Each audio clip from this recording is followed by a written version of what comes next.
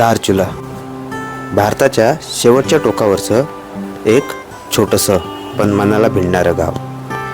सकाळच्या थंडगार हवेत आम्ही 2 स्कूटीवर एका नव्या प्रवासाची सुरुवात करत आहोत. काल धारचुलाला पोचल्यावर आम्ही नेपाळ बॉर्डरचं दर्शन घेतलं. नेपाळचे बॉर्डरवरचे गाव आम्ही एक्सप्लोअर केलं आणि आज आमचा रस्ता वळतोय गुंजीच्या दिशेने.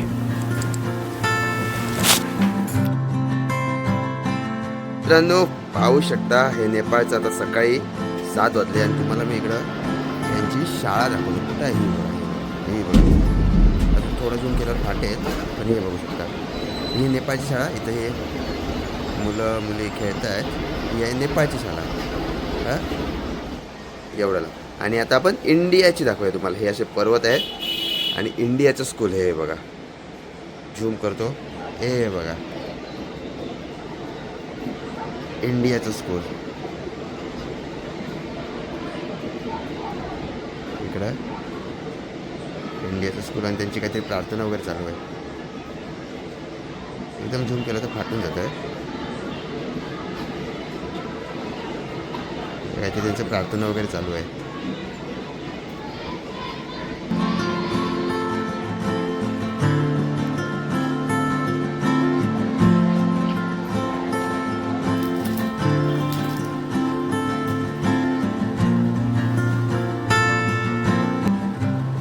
सर्व तयारी झाल्यावर मी जो ट्रॅव्हल जमातीमध्ये फेमस असलेला टिबेटियन बुद्धिस्ट प्रेयर फ्लॅग मी माझ्या बॅगला लावायला सुरुवात केली.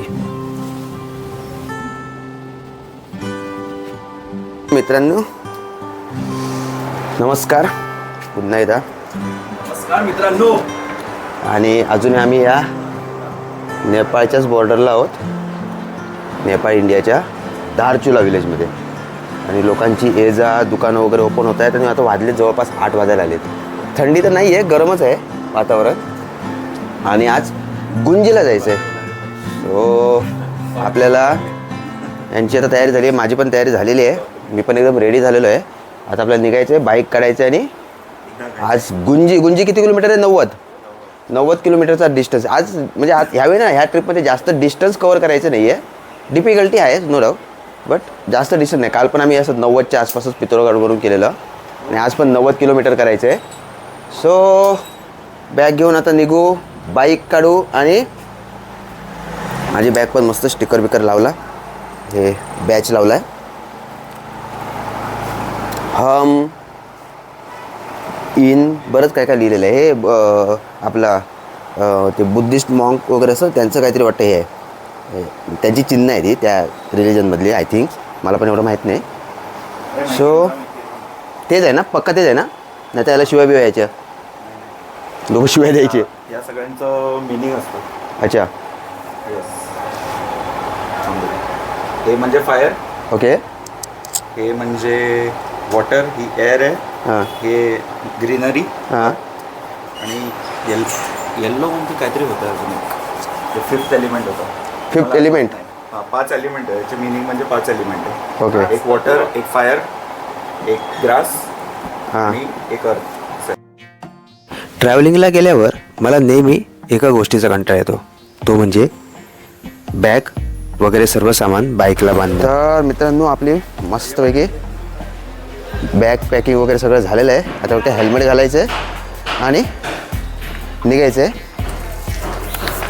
ATM मधून थोडी कॅश काढावी लागणार आहे, ते एक बघायचं. ATM मधून कॅश काढायचे, थोडंसं पेट्रोल टाकायचं आहे आणि सीधा गुंजी, डायरेक्ट गुंजीला निघायचं आहे. माझ्या बलग लावामुळे एक मोठा प्रॉब्लेम झाला. हेडफोन इथं मायक्रोफोन नाही लावू शकत. बलग लावा माझा काल कुठेतरी पडला, कळत नाही कुठं पडला. ते इथं अडकवलेला समोरच्या दुकानात बघतो, कोपऱ्यात त्यांच्याकडे असेल. दुकान आहे ना, तिकडे भेटतं. त्यांना बलग लावा कळेल का? तर मित्रांनो, ट्रिप चालू आहे. आता निघायचं इथून मस्तपैकी. थोडं बघू आता व्हाईस कसा येतोय. यायला तर पाहिजे चांगला, बलक लावा नसला तरी. चल स्टार्ट मार.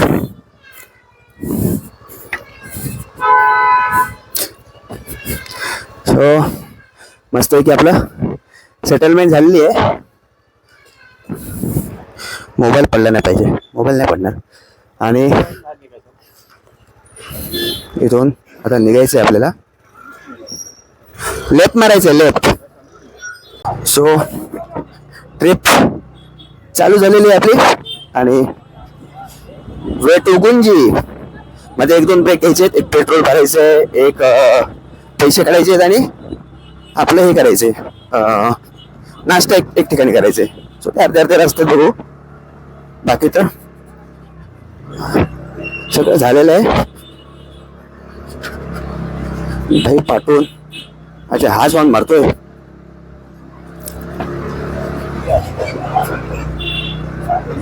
बघू शकता. आणि आता आपण चायनाच्या जवळ जाणार, म्हणजे तिबेटच्या जवळ जाणार आहोत. आता हे आता नेपाळच होतं, पण आम्ही आता हे आपलं म्हणजे पूर्ण ट्रॅव्हलच आमचं बॉर्डरवरच आहे. बट म्हणजे दिसणार नाही इथं कसं नेपाळ आपल्याला दिसत होतं की आपण एंटर केलेलं, तसं नाही. पण आता आम्ही जे आज एवढं नाही, उद्या जे जाणार आहोत ना ते मोस्ट ऑफ द ह्याच्यात जाणार आहोत, चायनाच्या जवळ. इकडूनच कैलास मानसरोवरला पण जातात लोक.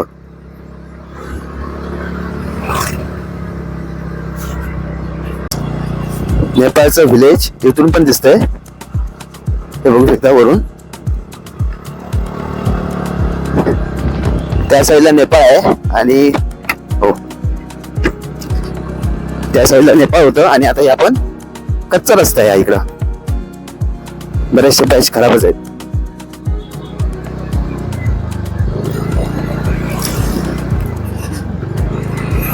इथून त्या टॅक्सी म्हणजे सुमो भरपूर जातात, बरेचसे पर्यटक आधी याने जातात. इथून 2 व्हीलर घेऊन जाताना एवढेसे नाही दिसले लोक, म्हणजे आहेत तसे पण फार कमी आहेत. जास्त करून हे टॅक्सी बिक्सी करूनच जातात लोक. आणि हे नेपाळमधले पर्वत आहेत हे सर्व. थोडं वातावरण थंड पाहिजे होतं, अजून मजा आली असते. वातावरण थोडं थंड नाहीये. आणि आम्ही हे जसं हाईटवरच जातोय. इथे आर्मीची लोक आहेत वाटतं, त्यामुळे बाईकर्स आहेत.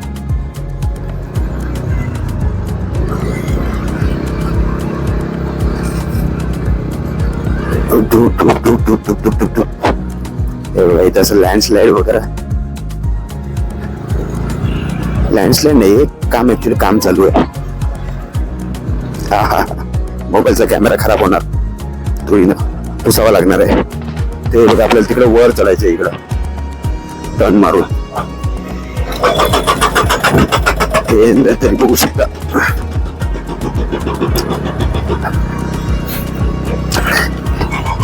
तर आपला मस्त पैकी ट्रॅव्हल चालू आहे.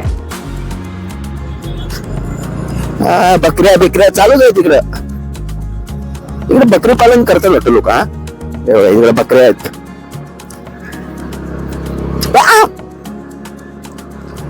आणि इकडे पूर्ण दरी आहे, दरी.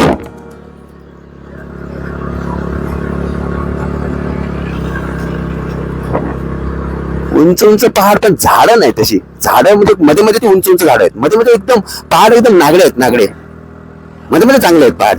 म्हणजे झाडं अशी आहेत. आम्ही काल येताना पण आम्हाला बऱ्यापैकी अशी म्हणजे बेस्ट फॉरेस्ट भेटलेलं. आणि मध्ये असे पहाड आहेत ना पूर्ण नागडे. काय लिहिलेलं आहे, आपली यात्रा मंगलमय हो. इथं आपली यात्रा मंगलमय हो. हा इथून बघा ब्रिज बघू शकता तुम्ही, आपली यात्रा मंगलमय हो. 1 ब्रिज, फर्स्ट ब्रिज आजच्या दिवसातला. आणि हे तरी बघू शकता.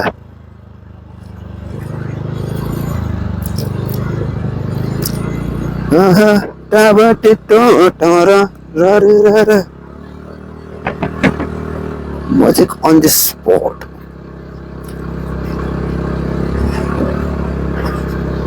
मुंजीला रूम भेटणं थोडं कठीण आहे, पण बघू.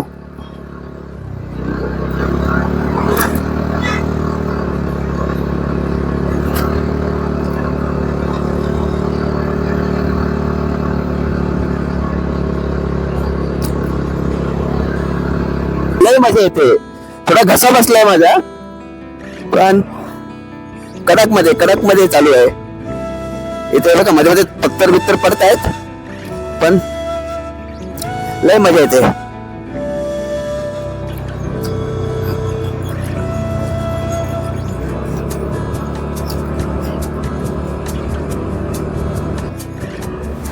इथे स्कूटी चालवणं म्हणजे फक्त रायडिंग नाही, प्रत्येक वळणावर स्वतःवरचा विश्वास तपासणारी एक परीक्षा आहे. धूळ, दगड, खड्डे आणि सतत बदलणारे रस्ते, पण प्रत्येक अडथळ्यानंतर दिसणारं दृश्य सगळा थकवा क्षणात विसरायला लावतं.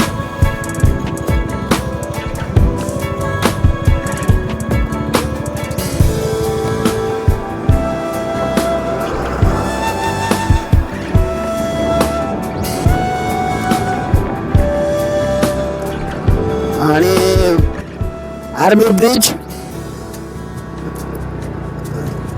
ब्रिजवर आगमन झालेलं आहे.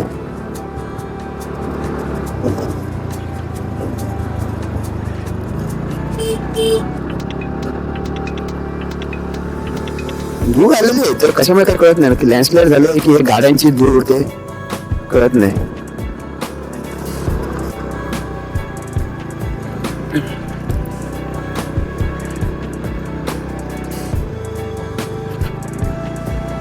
पहिल्यांदा बायकर दिसले, 2 बायकर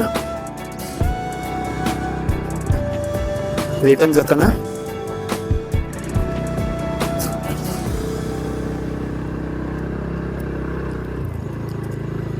हॅलो भाई.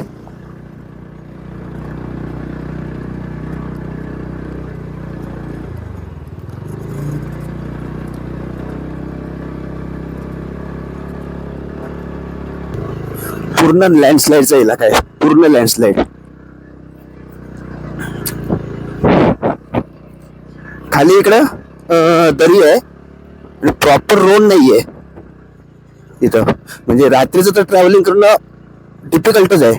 आणि ह्या साईडला पण बघू शकता पूर्ण सगळे पहाड हे झालेले आहेत, कोसळलेले आहेत पहाड. आणि इकडे पूर्ण अशी दरी आहे, इकडे अशी दरी आहे.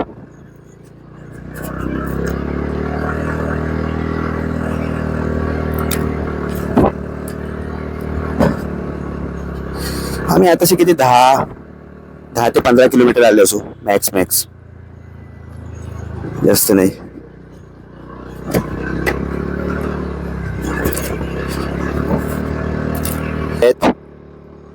आणि लोक वाटतं ट्रॅव्हलिंगला कुठेतरी जायचं असेल, तिथे थांबलेले आहेत.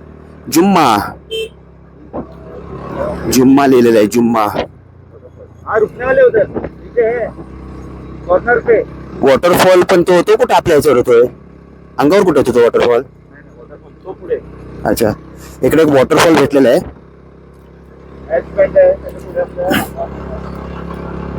इकडे पाठीमागे वॉटरफॉल आहे. वॉटरफॉलला थांबून थोडासा व्हिडिओ करायचा आहे.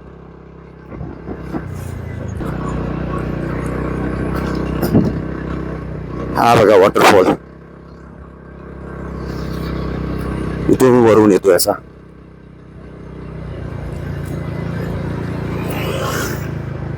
इथं नाश्ता पण करू शकतो. त्या साईडला सावलीत थांबवतो का तिकडं?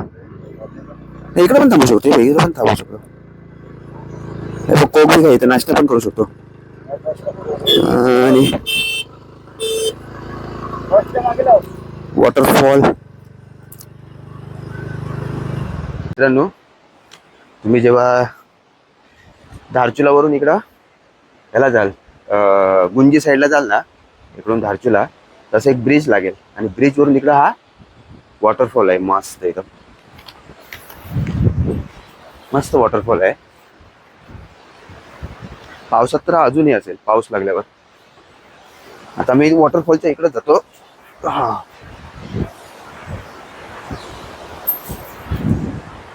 तर पूर्ण वॉटरफॉल पर्यंत नाही जायला भेटत, पण मस्त हे चालायला वगैरे.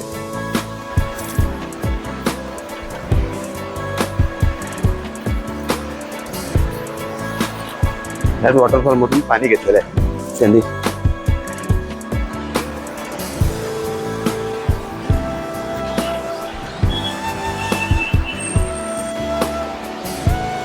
भारी नजर आहे बघा. आणि आपला वॉटर सो आपण फायनली वॉटरफॉलच्या इथं आलेलो आहोत. हा एक इथं ना मध्ये वॉटरफॉल आहेत बऱ्यापैकी. खालून नदी पण येते आणि या साईडला ब्रिज बांधलेला आहे. थोडं वॉटरफॉल पर्यंत पोहोचायला भेटलं पाहिजे होतं, पण इथून लांबून पण येऊन चांगलं आहे.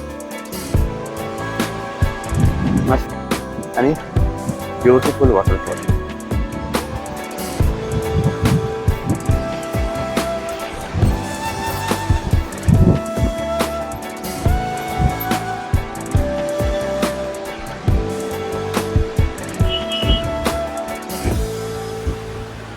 मित्रांनो, आपण तिथे थोडा नाश्ता करणार आहोत. एक एक दोन दोन पराठे खाणार आहोत आणि मग पुढे जाणार आहोत. सो हा जो वॉटरफॉल आहे ना पाठीमागं, त्या वॉटरफॉलच्याच बाजूला इथे अशी छोटीशी टपरी आहे. आपल्याकडे टपरी असतात ना, तसे टपरी आहे. सो आपल्याला आता पराठे खाणार आहोत आणि इथून निघायचे नाश्ता करू. बरेचसे लोक जे पण पर्यटक येतात ना, ते इथं स्टॉप हॉल्ट घेतात त्या वॉटरफॉलसाठी आणि फोटो काढायला. सो आणि ह्या टपरीवाल्याचा पण मस्त फायदा आहे, कारण हॉल्ट घेतल्यामुळे इथं नाश्ता पण होते. लोक थांबतात वॉटरफॉलसाठी आणि इथं नाश्ता करतात. त्याच्यामुळे ते एक चांगलं आहे. आणि आता बरेचसे बायकर दिसायला लागले तिथं. सो आता आपण नाश्ता करायचा आहे. आता एक एक पराठा बनव ना, 3. मध्येच एका अप्रतिम वळणावर भेटलेला तो धबधबा. आम्ही स्कूटी थांबवली.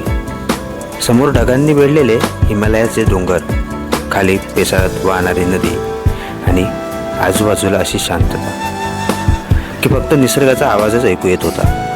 अशा ठिकाणी वेळ थांबल्यासारखा वाटतो.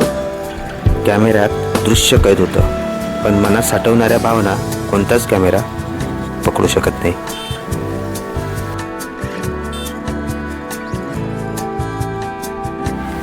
आजचा प्रवास इथेच थांबतो.